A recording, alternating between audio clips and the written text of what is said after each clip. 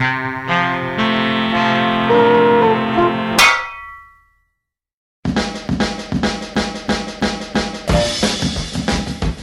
name's Mike Ellis.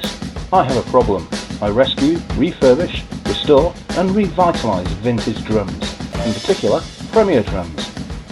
In this programme I'll share with you my adventures, ups and downs, ins and outs, triumphs and tragedies as I lavish some TLC on vintage British drums. Welcome to the Drum Fettler.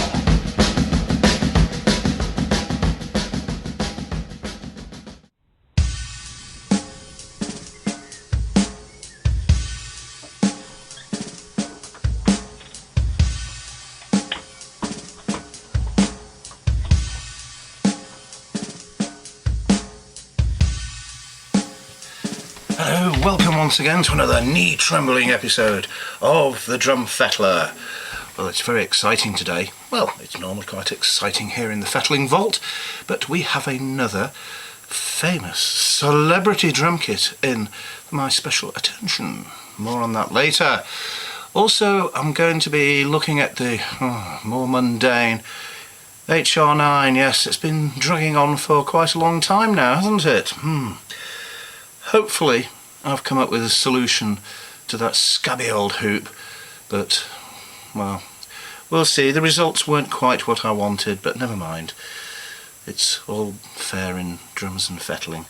And, yes, we'll be looking at advertising, the words, the terminology, the utter bollocks that people put in their adverts. What does it really mean? A little bit of translation for you, so you can decipher exactly what you're looking at when you're looking at a vintage drum advert. So, let's get cracking on. This, as you will recognise, is an HR9 shell. It is my HR9.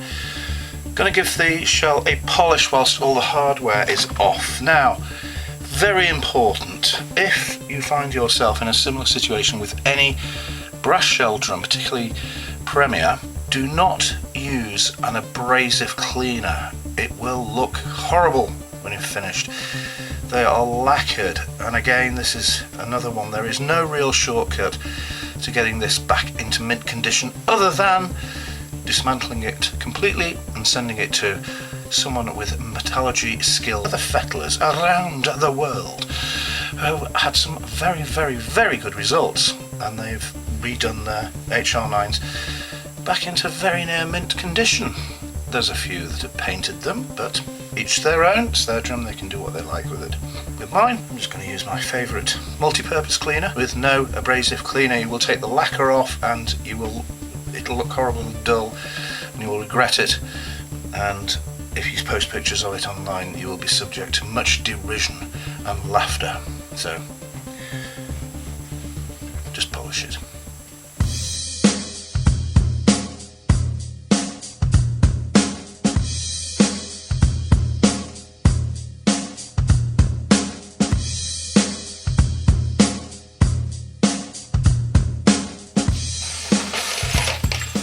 It's new project time, and it's another celebrity project.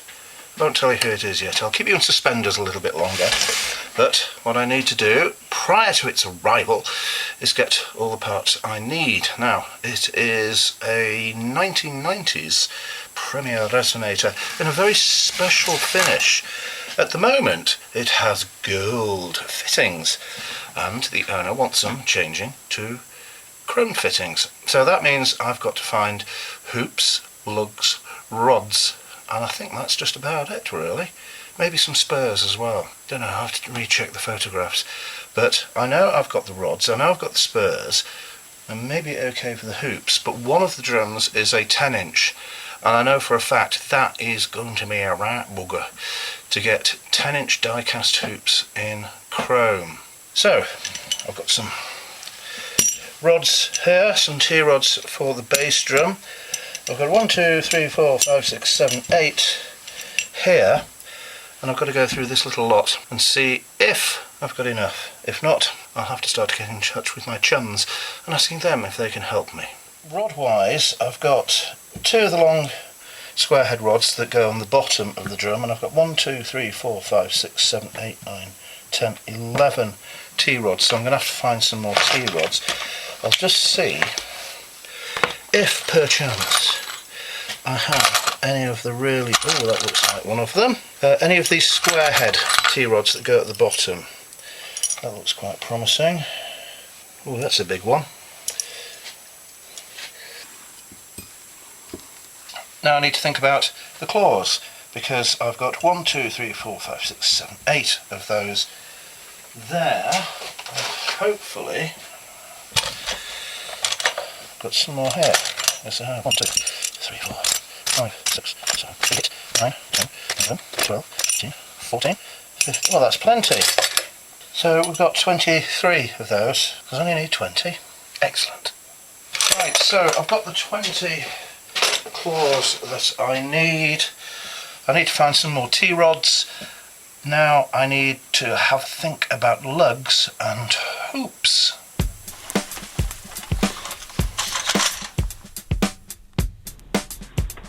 And now, the next bit. We return to the ongoing project, that is the HR9. I'm sure you'll remember it. The hoop, the batter hoop, was the problem. It was, as usual, very flaky, pitted, and bits of chrome were coming off. I was trying to find somebody local to strip it back and polish it, but I couldn't get anyone. I decided then to experiment. I sanded back the hoop and then gave it several coats of lacquer. It's not exactly a brilliant result. It is an experiment that has not given me the ideal results I would have liked. Now obviously the ideal result would be chroming or polishing. As you can see, it's not especially pretty. What it now is incredibly smooth. This is a good thing, because as I'm sure you will know if you've had one of these hoops and you've had flaky chrome, gets under your nails, gets in your eyes, and it's just it's not very nice, and it's actually quite dangerous really. So we have a functioning hoop now that looks a lot better than it did. Not perfect, but it won't be shedding, shall we say, its chrome into all sorts of places to cause damage about one's person. Now I just need to get the drum put back together and it can go off for a little bit of thwackage, playing and tiddly-pom, which is what it's there for.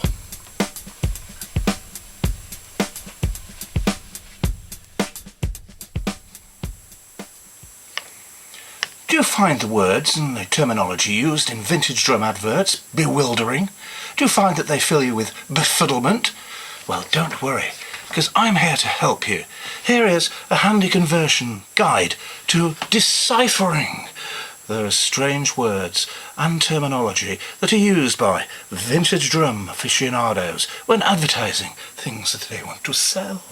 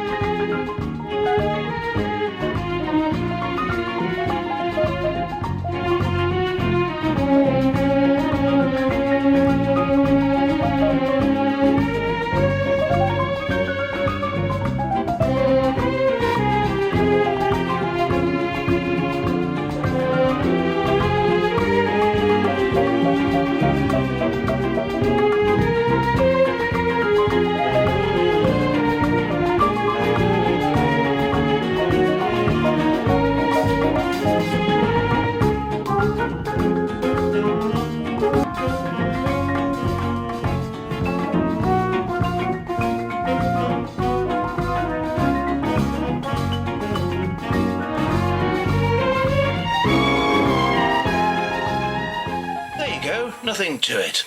Now you can go out there confident that you know what you're talking about, and you are now a vintage drum expert. It has arrived. The celebrity kit. Now, what is it, I hear you ask? Well, I shall tell you. Maybe not just now. Maybe in a little while. I don't know. I think I shall keep you hanging on a little longer. No, sorry. Let's go and have a look at one of them.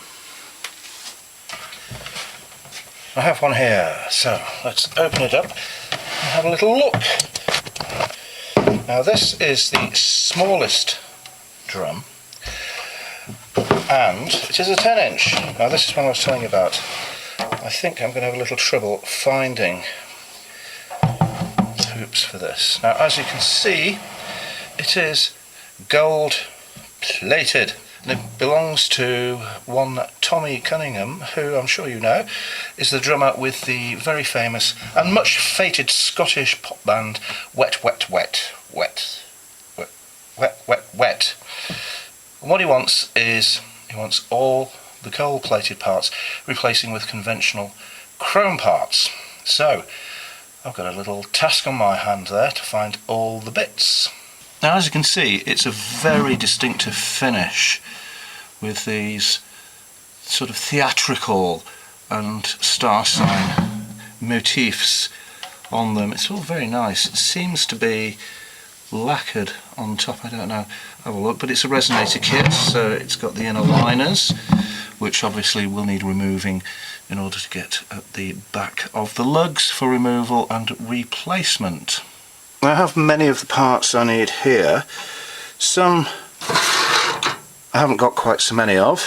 That's the 440-20 lugs. Others, the 12120s. Yep, plenty of those, and plenty of the 12520s, and also the 12522s. We've already had a look and a route around for the T-rods and the claws for the bass drum. We've got spurs here, all ready to go on. Plenty of hoops there. So we already have a healthy stock of spares here in the fettling vault of Blenheim Towers. There's a few bits that I've still got to find and source. I'm sure my other fettling drums will be able to help me out, but it brings me on to the subject of actually finding spares such as this.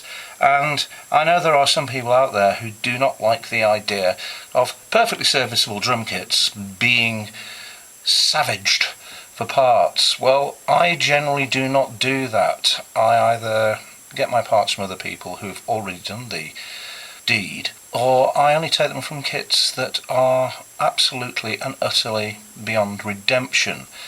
And on that very subject, we have these drums, which I'd like to show you.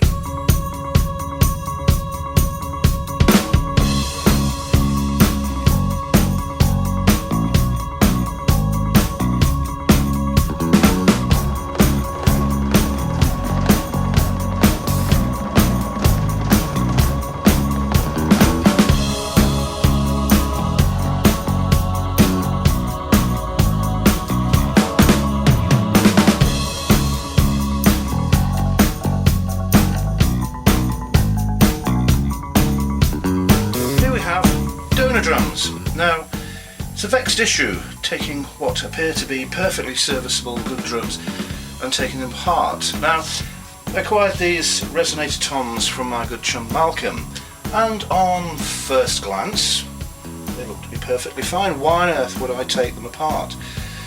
Well, they are resonators, and the first thing you must know about these resonators is that they don't have any inner liners. The inner liners have been taken out. So what? Inner liners can be replaced, as I have done many times myself in the past. However, when you start looking a bit closer, you find that there are a couple of other issues that make them eminently suitable to be donors for a greater cause. First off, they've all got extra holes around the tom mounts.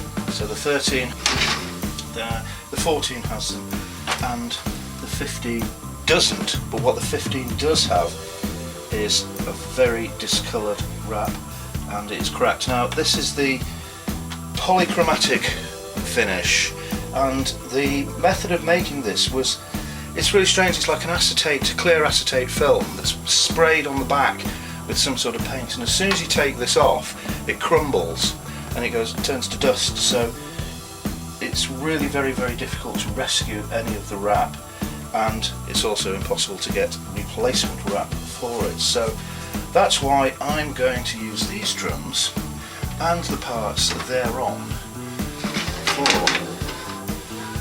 the Tommy Cunningham kit, because the rest of the chrome work is all in good condition, it's all very nice, and we can use it for that cause.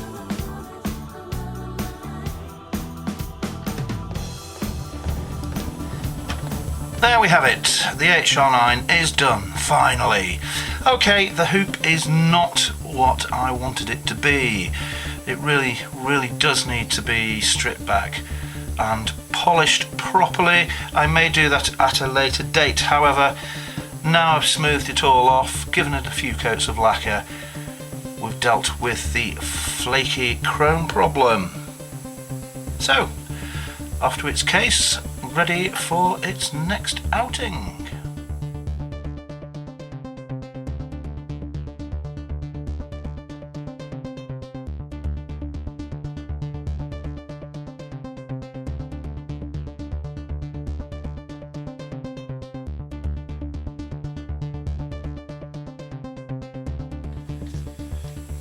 Right, we have the drums out of their cases, and don't they look lovely? Straight away there's a couple of things that spring out at me.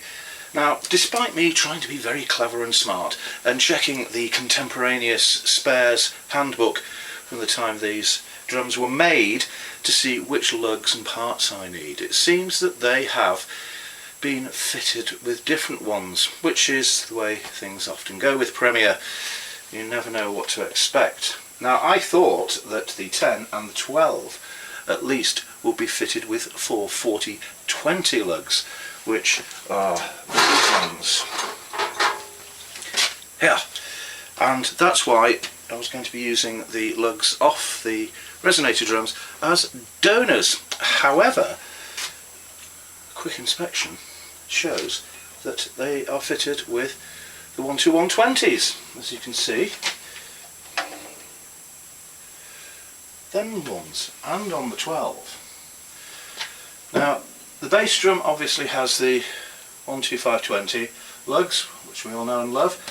The 16-inch and the 14-inch have the 125/22, which is basically the same lug but with a slightly different end piece for fitting the swivel nut and insert plate into. So it would seem that I do not need to necessarily tear those resonator drums apart. Well, just yet. I may do. Certainly the 15 is past its sell-by date, I think, with the problems with the wrap. But the other two, I'm not sure, because of those extra holes. I could put liners in, but we've still got those extra holes around the tom mount. So I'll have a think about that, and I'll get back to you when I've decided what's going to happen with those. But certainly the 14-inch is going to give up its hoops for this drum here. And I've got 12-inch hoops up there for there, and I've got no 10-inch hoops yet, but we will work on that quest. Now, the bass drum, what is interesting and a little bit annoying is the T-rods. Well, I'll just take one out and show you. Now, you will recall that I have been sourcing the T-rods. Now, you will see that is pretty much a standard 1990s Premier T-rod, as is this, the one that I was going to be using as replacements. As you can see, same design, gold, silver, silver, gold. But when we hold them up next to each other, you'll see the gold one is considerably longer. So, another lovely little discovery for me to deal with. Whether or not I will be able to get these T-rods the right length remains to be seen, because I'm fairly certain that they are not a standard item, and I've certainly not seen any recently that are quite that long. So we must press on. It's a wonderful kit, and it's going to look even more wonderfuler when we've got all the lovely chrome parts on it. So better get started, eh?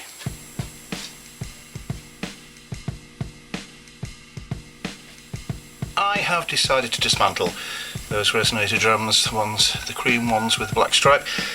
mainly because I need some of the parts for the wet kit, but also a few of the other bits could do with, I could do with them for replenishing the stock for Blenheim drums. And not only that, but having removed the tom mount, we find the, well, how can I describe it? The common upgrade, as it's sometimes referred to, of the pearl tom mount has been foisted upon these drums, so it has not only 2 extra holes, but it has 1 extra big awl, which is very, very infuriating. And also we have a comedy grommet. Take a look at this. Isn't that fabulous? Sign of a true professional. Well, I don't know how that's happened, and I'm pretty certain that's not factory, unless you know different. Have you ever seen a Premier grommet like that before? I haven't. Well, what thrilling stuff that was. More problems, more challenges. We like it like that, don't we? Don't like it to be too straightforward. Well, thank you for watching the Drum Fettler once again. Do like you to drop in and see how I'm getting on. It's very kind of you. You never know, I might have had a fall, might have had an accident, so it's nice that you check in to make sure that I'm all right and nothing untoward has happened to me, because I'm reaching that sort of age now, you know, where things are, well, getting confusing. But, well, actually, on reflection, life's always been confusing. Or is it just me? Anyway, thanks for watching, and I'll see you in the next episode.